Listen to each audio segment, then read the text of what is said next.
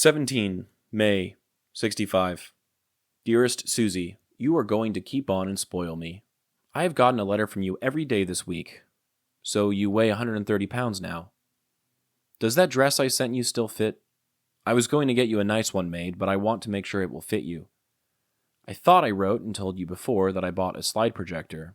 It is one of those remote control jobs, and is real nice. It only costs $36. Oh yeah, while I'm thinking about it, don't try to send me any present for our anniversary. Anything that you sent would cost too much to mail, and anyway, what I want you couldn't even get in an envelope. We aren't working today. This is the third day we have been off, but when we do work, we go at it. Don't worry about me extending. They might make us stay. There has been some talk about that, but I doubt it. But I wouldn't volunteer to stay over here for all the tea in China. I guess you know by now that we don't have to pay income taxes over here. I guess I will be getting quite a bit back. I don't know when, though. I will close for now. Sending you and the boys all my love. I miss you all very much. Sincerely, Bill. The following is the next part of a piece I wrote titled Fish, Pharmaceuticals, and Phil. I won't give much context. I hope you can piece it together on your own. I'll continue to provide parts during this month, when there are days which have less to talk about. As with most everything else in this project, this is deeply personal and meaningful to me. I hope you enjoy. The situation feels entirely out of their control, as they get jostled between caseworkers and play the waiting game with court dates. Meanwhile, the children, at least the older two, seem to have regressed while being in the system's care. We have a situation where things feel broken, and those who are suffering feel unable to find help from the very people who have the only sort of ability to directly fix the institutions which need fixing. We have a system which exists directly at the order of the government, but operates independently of those who fund the agencies and make the rules. Tim believes that the bureaucratic system in Tallahassee, which has existed since the city's founding, is to blame for what is going on, and that because there are so many moving parts, not even his ideological counterparts in the legislature have what it takes to fix things, at least not fast enough to help the kids that need it right now.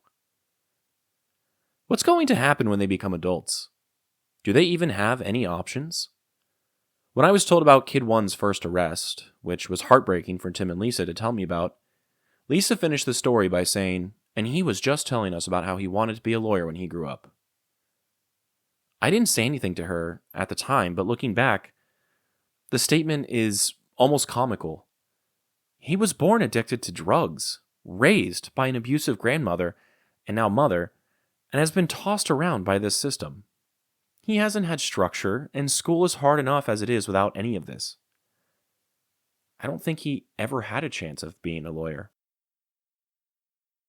The optimism and inability to see the situation for what it was intrigued me. I felt compelled at one point to discuss with them how often people in the foster care system become homeless or have lifelong run-ins with the law, but it felt like I'd be pouring gasoline on a fire. The hopelessness felt by the family as a result of coming face to face with a massive institution against which they are powerless is what ultimately culminated in Mary asking for my help. This family is facing an intergenerational dilemma, where their own children, siblings, and parents have suffered from untreated mental illness, drug addiction, alcoholism, poverty, and the misuse and abuse of the law by figures of authority. And now, those who have managed to stay on better paths and make healthier decisions than those closest to them still feel like they are being punished. Mary worked hard, raising her litter of kids, and is rewarded, at the end of her life, with the anxiety felt by someone unsure of what will happen to those most vulnerable in her large family, meanwhile dredging up ancient traumas she experienced in her childhood. Lisa and Tim, though initially trying to be accommodating and generous, have now been pulled into a whirlpool of time, energy, and emotion, constantly asked to right the wrongs they feel others committed, even when Lisa has other siblings who have not been involved at all. Face to face with all this, Mary thought to go to the one person in her whole life that she believed could actually make a difference, Dr. Phil. It hurts me to think of her solution to the situation, but it makes some sense. She knows his influence, and he is a doctor after all. She's seen him work miracles for years by sending bratty kids to the ranch, empowering those captured by drugs to attend rehab, and giving parents tips and tricks to help withstand the onslaught of the slings and arrows they experience when living with unruly kids. I didn't ask her how often Dr. Phil checks up with his former patients on his show, knowing how effective his work really is when the cameras aren't rolling. The parasocial relationship seemed to focus only on the positives. I instead asked what she expected would result from me writing Dr. Phil on her behalf. Well, to start, she said, you don't have to put your name on it. I'll say I wrote it. That way, you don't have to be involved. I don't want you to stake your reputation on something like this. I chuckled. I'm not worried so much about myself, but go on. She looked around for approval from Tim and Lisa, but they were lost in another conversation. I've seen a lot of people on there who aren't even half as bad as Jessica, and the stuff that's going on with her kids, I don't know why he wouldn't want to help. I nodded. I see what you're saying, but what can Dr. Phil do that the state of Florida can't? She looked incredulous. What do you mean? They haven't been able to do anything. At the very least, he could bring attention to all this. Sure, but would you even want him to bring attention to this? There are a lot of people involved here. If the kids are already being made fun of at school and having a rough time, how much worse could this make it? She shook her head in protest. He'd help them. He wouldn't make it worse, and maybe instead of arresting Jessica, he could get her real help. Another blow to my emotions. After everything, she just wanted to get her granddaughter what she thought was the proper help. There was still a chance for redemption. There was still a chance for good. Jessica was not lost. Things could be made right. Mary might have said this optimism stemmed from her Catholic upbringing coming out in practice. I would wager she was just a genuinely good person trying to keep her family together. I had to get Tim and Lisa's opinions. I locked eyes with Tim.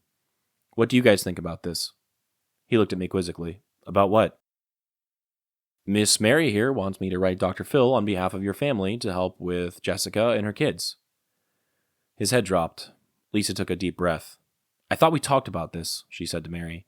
We don't need to go to Dr. Phil. He couldn't do anything anyway. The problems Jessica has can't be fixed. She's been given enough chances to prove that. I interrupted. Has she? When was the last time she was in rehab? Like, real rehab. Thank you for listening. If you liked that, please stay tuned for the final part of Fish, Pharmaceuticals, and Phil. The photo I chose for today was taken in some town. In the foreground is a young man riding a bicycle. In the center of the image is a propaganda poster with a map of Vietnam on it. It is written in Vietnamese, but I may assume it is explaining the conflict and what people are doing.